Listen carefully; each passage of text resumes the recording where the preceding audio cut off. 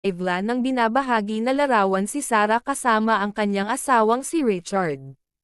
Ngayon naman ay kumakalat ang balita na di umano'y malaki ang koneksyon ni Annabel Rama sa hiwalayang Sara Labati at Richard Gutierrez dahil di na daw nagugustuhan ni Sara ang ugali nito. Matatandaan sa pagitan ng magulang ni Sara at magulang Richard ay nagkaaway noon hindi umano nagkasundo ang dalawa dahil magkaiba ang mga ugali nito. Kaya matagal ding hindi nagpansinan ang mga ito at hindi rin pumupunta sa mga event ng mga Gutierrez ang mommy ni Sara na si Esther dahil hindi sila okay ni Annabel Rama noon.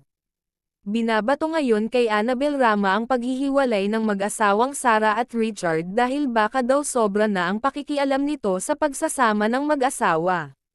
Mahigit 11 years din silang magkasama kaya marami ang nanghihinayang sa kanilang relasyon kung talagang totoo nga na sila ay hiwalay